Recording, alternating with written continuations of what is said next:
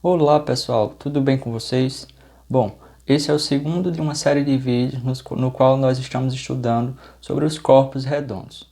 Neste vídeo, nós vamos estudar sobre os cones. Os cones, assim como outros sólidos geométricos, eles também estão muito presentes no nosso dia a dia. E aí, antes, eu gostaria de apresentar para vocês quais são os elementos dos cones, certo? Bom, os cones, eles possuem altura, certo? Eles também possuem um eixo, tá? Esqueci de colocar aqui, ó, eixo. Diferentemente dos cilindros, que foi o assunto da aula anterior, os cones eles possuem apenas uma base, e essa base ela também é circular, tá certo? Eles possuem um vértice, tal qual as pirâmides, no qual a gente também já estudou. O cone ele possui um vértice, que é um ponto na parte superior, no qual todas as linhas que saem da base com direção a esse vértice, ok? E essas linhas nós chamamos de geratriz, ok? Ele é um corpo redondo porque ele tem a característica de ter sua superfície lateral curvada. E os cones também podem ser retos, quando eles formam um ângulo de 90 graus com a base, tá certo? Ou inclinados, quando esse ângulo ele é diferente de 90 graus. A gente vai estudar nessa aula como calcular a área da superfície de um cone e também o volume de um cone, certo? A primeira coisa que a gente vai ver é a área da superfície. Perceba o seguinte: no cone, nós temos os seguintes elementos, como já foi dito. Ele possui uma altura, que é a distância do vértice à base, no qual nós denominamos aqui de h. Essas linhas que partem da base em direção ao vértice são chamados de geratriz, o qual nós vamos dar a letra G. E o círculo da base ele possui um raio, que a gente chama de R. Mais uma vez, se a gente imaginar que demos um pequeno corte aqui neste cone, ele vai se abrir e vai assumir a seguinte forma. Vai ter um círculo que corresponde à nossa base de raio R.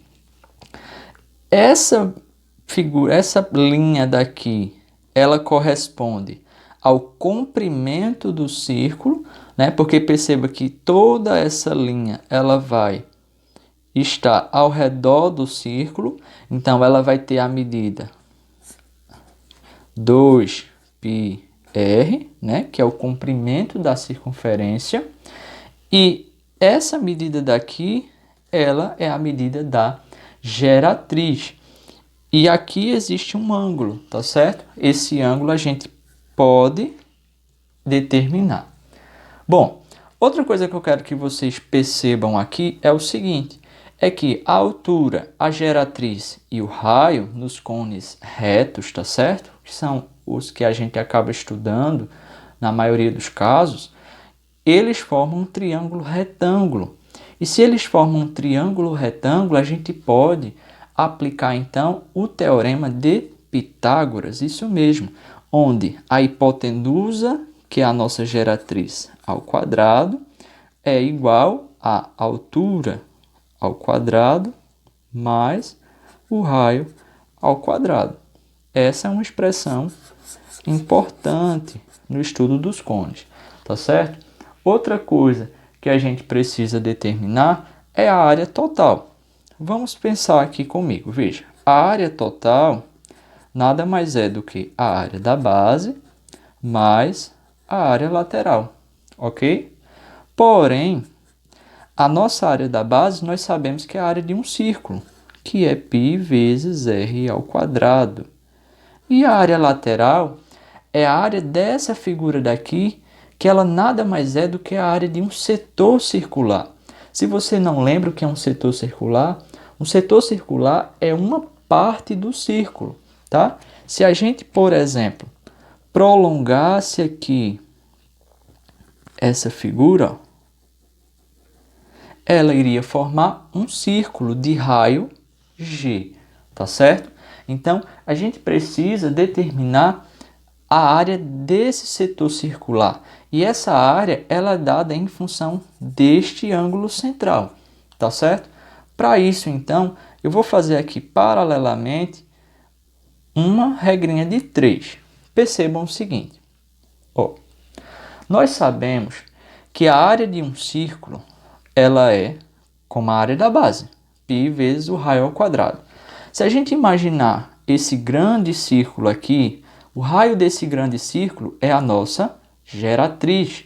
Ok, pessoal? Aqui é o centro e a distância do centro a qualquer ponto da circunferência é o raio. Nesse caso, o nosso raio é a geratriz. Então, a gente poderia dizer que a área desse círculo é igual a π vezes o raio, que nesse caso é a geratriz, ao quadrado. E essa área corresponde a um ângulo de uma volta completa, tá certo? Que seria 360 graus. Sendo assim, nós queremos achar uma fórmula para a área lateral. Então, a área lateral, ela vai ser dada em função do ângulo central ali, alfa, tá certo? Então, a área total corresponde aos 360 graus. Então, a área lateral, ela é proporcional à medida desse ângulo alfa. Então, se a gente aplicar aqui, fizer uma regra de 3, ó, fazendo o produto dos meios pelos extremos, nós vamos ter o seguinte, que a área lateral, ela é igual a π vezes g ao quadrado, vezes alfa, que é a medida do ângulo central, e aí como aqui vai multiplicar, ele vai passar depois dividindo. Ok, pessoal? Então, essa fórmula daqui, a gente pode aplicar para determinar a nossa área lateral. Eu vou só colocar ela ali, tá certo? Mas a gente não vai simplificar ainda mais essa expressão. Então, todas as vezes que ele der uma medida de um ângulo, seja ele qual for, 30, 60, 150, basta que a gente substitua essa medida do ângulo no lugar do alfa, tá certo? E fazer a operação conforme essa expressão. Então, se a gente fosse pedir uma fórmula geral para a área total, seria essa. Mas aí você não precisa se preocupar em memorizar também esta fórmula. Basta que você compreenda que a área da base é πr ao quadrado, isso você já sabe, e que a área lateral ela é dada em função desse ângulo central, a partir dessa relação, dessa regrinha de 3, tá certo? Se por acaso você não lembrar dessa fórmula, basta você fazer a relação entre área e ângulo e você vai chegar na expressão correta. Beleza, pessoal? Bom, vamos para um exemplo.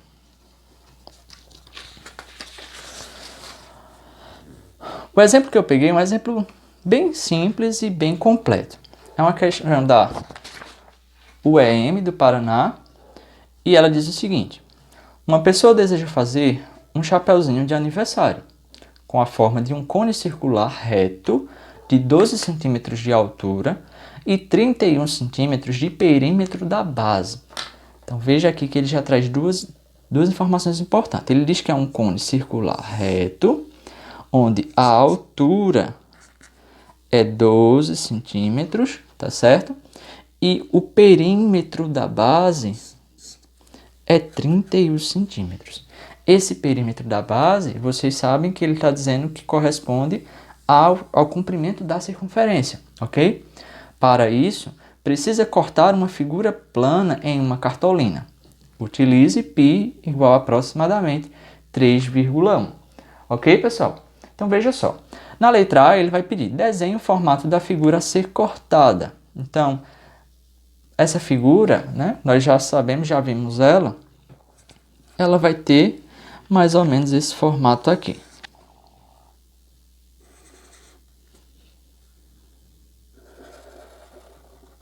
Ok, não ficou tão bonitinho não, mas dá para entender, não é? Bom, a letra B ele vai pedir, ó, coloque nessa figura as medidas necessárias para possibilitar o corte com precisão.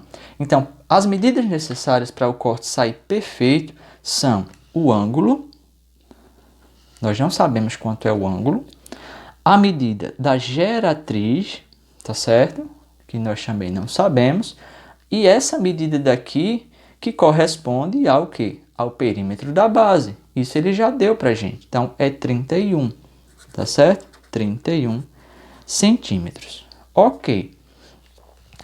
Então, a gente precisa descobrir a medida da geratriz, tá certo? E a gente também precisa descobrir a medida do ângulo central. Bom, a primeira coisa que a gente vai fazer é o seguinte. Para a gente calcular a medida da geratriz, a gente pode usar aquela expressão. Ó, g ao quadrado é igual a h ao quadrado mais o raio ao quadrado. Só que a altura ele deu na questão, a geratriz é o que a gente quer descobrir e o raio nós também não temos. Então, aqui nós temos um problema, a gente ainda não pode aplicar essa expressão, né? Essa fórmula. Mas a gente pode usar o seguinte, ó. Como ele deu um valor aproximado para o π e nós sabemos o valor do perímetro da base, esse perímetro da base, ele nada mais é do que o quê? Do que 2πr, que é o comprimento da circunferência, certo? Então, a gente vai calcular esse valor do raio a partir do comprimento da circunferência. Percebam.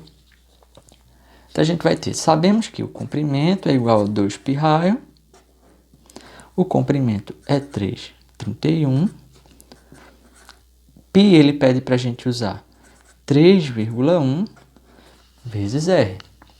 Aqui, 2 vezes 3,1 vai dar 6,2. Quando a gente passar esse 31 dividido por 6,2, então a gente vai descobrir que a medida do raio é igual a 5 centímetros.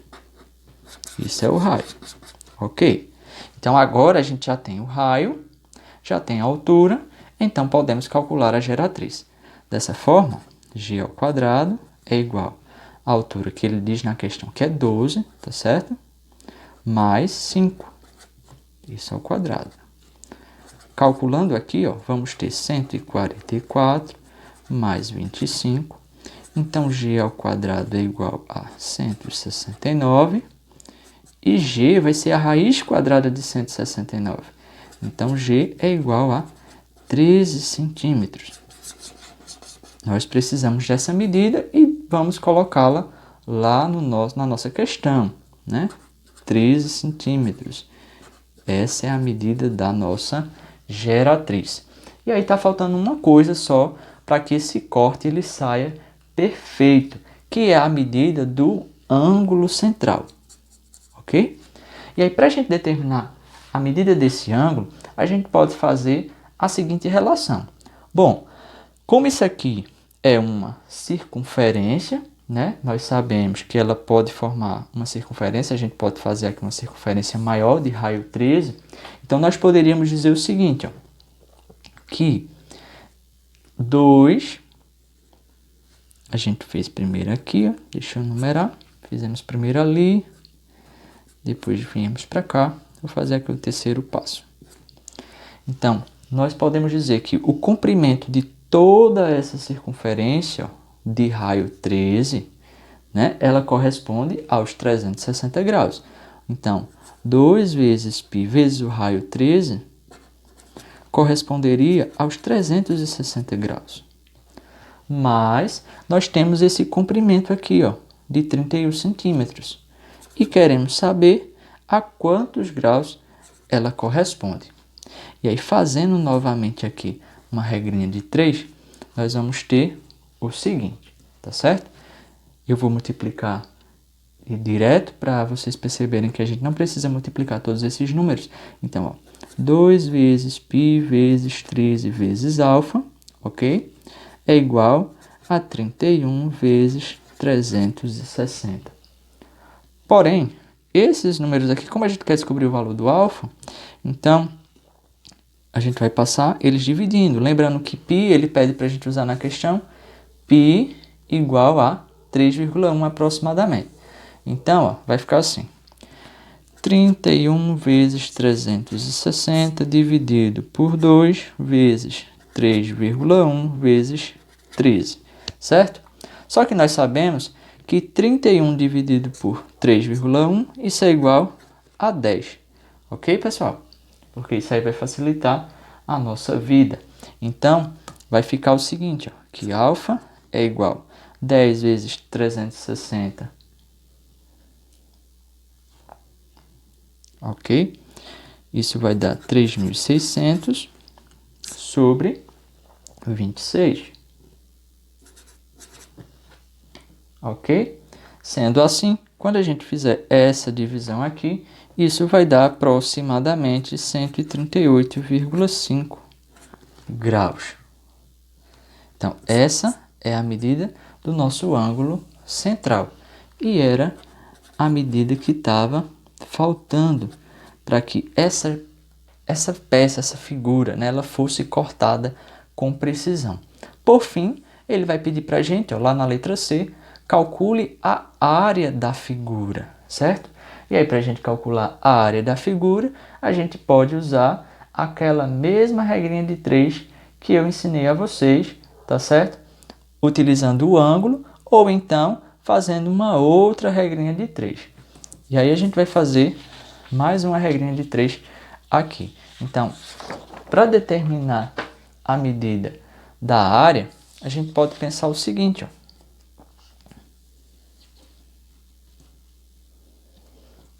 Letra C. Ele quer a área. Então, nós temos que a área daquela figura lá. Deixa eu voltar aqui para vocês verem. A área dessa figura, né, ela é proporcional à medida desse comprimento, certo? Essa área ela é proporcional à medida desse comprimento. Então, a gente poderia dizer que a área desse círculo grande que nós poderíamos formar aqui, ela é proporcional também ao comprimento de todo aquele círculo, da seguinte maneira. Então, se a gente fosse calcular a área daquele círculo todo, seria π vezes o raio, que o raio lá corresponde à nossa geratriz, que é 13. Π vezes o raio ao quadrado é proporcional ao comprimento dessa circunferência de raio 13, tá? Então, a nossa área lateral, que é aquele setor que nós estamos querendo calcular a área dele, é proporcional ao comprimento também daquele setor, que é 31. Então, fazendo novamente aqui o produto dos meios pelos extremos, nós vamos ter que a área lateral é igual a π vezes 13 ao quadrado vezes 31. E esse valor aqui que está multiplicando a área lateral, a gente vai passar ele dividindo, ok? Só que nós temos π aqui e π aqui, podemos cancelar. 13 ao quadrado é 13 vezes 13, então eu posso cortar um 13 de cima com esse 13 de baixo, tá certo? E aí quando a gente fizer o produto 13 vezes 31 e dividir isso por 2, isso vai dar um valor igual a 201,5 centímetros quadrados, ok? Foi uma questão um pouquinho longa, né? Por se tratar de uma questão de um vestibular, ela tem muitos detalhes. Mas eu espero que vocês tenham entendido direitinho este problema. Beleza, pessoal? Bom, agora a gente vai dar uma olhadinha no volume do cone, certo? O volume de um cone é possível demonstrar ele, assim como o volume das pirâmides em relação ao prisma, né? O volume do cone ele também vai ser 1/3 da área da base vezes a altura. Só lembrando, né, que no nosso caso aqui, a nossa área da base é um círculo. Então, o volume do cone é 1/3 vezes π raio ao quadrado vezes a altura. Ok, pessoal? Só fazendo esse passo aqui para a gente sempre lembrar que vai precisar calcular a área da base, que é um círculo. E aí eu vou trazer um probleminha para vocês aqui, um pouquinho mais simples do que o problema anterior. Ele vai dizer para a gente o seguinte: numa sorveteria, a casquinha para servir os sorvetes tem formato cônico, com profundidade de 10 centímetros e diâmetro da base medindo 6 centímetros. Numa dessas casquinhas foram colocadas 2 bolas de sorvete com volume igual a 16 π centímetros cúbicos cada. Se o sorvete derreter, ele transbordará a casquinha? Justifique sua resposta. Então veja, ele não traz figura nenhuma, tá certo? Ele só traz a situação e aí ele quer saber, né? A gente vai precisar calcular para poder justificar corretamente se essas bolas de sorvete derreterem, se elas vão transbordar ou não a casquinha. Para isso, a gente vai precisar fazer um desenho para tentar entender melhor essa figura. Então, vamos imaginar aqui uma casquinha de sorvete, tá certo? Cônica, onde ele diz que essa casquinha ela tem profundidade de 10 centímetros. Então, a altura dela é 10 centímetros. E diâmetro da base medindo 6 centímetros. 6 centímetros. Se o diâmetro é 6, nós sabemos que o raio mede a metade do diâmetro. Isso aí. Então, o raio é igual a 3 centímetros. Isso aqui é a nossa altura. Ok? Então, a gente vai precisar calcular o volume dessa casquinha de sorvete. Para isso, a gente vai usar a fórmula 1/3 vezes a área da base, que é a área de um círculo, vezes a altura. Ok? Como ele deu o volume das bolas de sorvete em função do π, a gente não precisa substituir esse π, tá certo? Então, vai ficar 1/3 vezes π, vezes o raio, que é 3, então, vezes 3 ao quadrado, vezes a altura, que é 10. E aí, novamente, ó, nós temos 3 vezes 3 aqui, então a gente pode cortar 3 com 3. E vamos ter que o volume dessa casquinha de sorvete é 1 vezes π vezes 3 vezes 10 é igual a 30π. E aí, como cortamos esse 3, não vai sobrar nada embaixo. 30π centímetros cúbicos. O que diz para a gente que, como cada bola de sorvete ela tem um volume igual a 16π cada uma, se essas duas bolas derreterem, elas vão somar um volume igual a 2 vezes 16, 32 centímetros cúbicos, que é maior do que o volume da casquinha. Com isso, nós podemos justificar que, se o sorvete derreter, ele irá transbordar.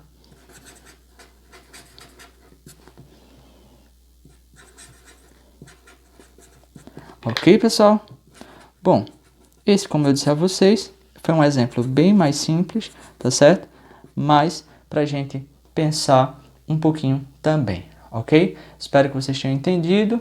Qualquer coisa, deixa nos comentários. Lembra de curtir esse vídeo. E se você ainda não é inscrito, se inscreve no meu canal. Tchau, tchau!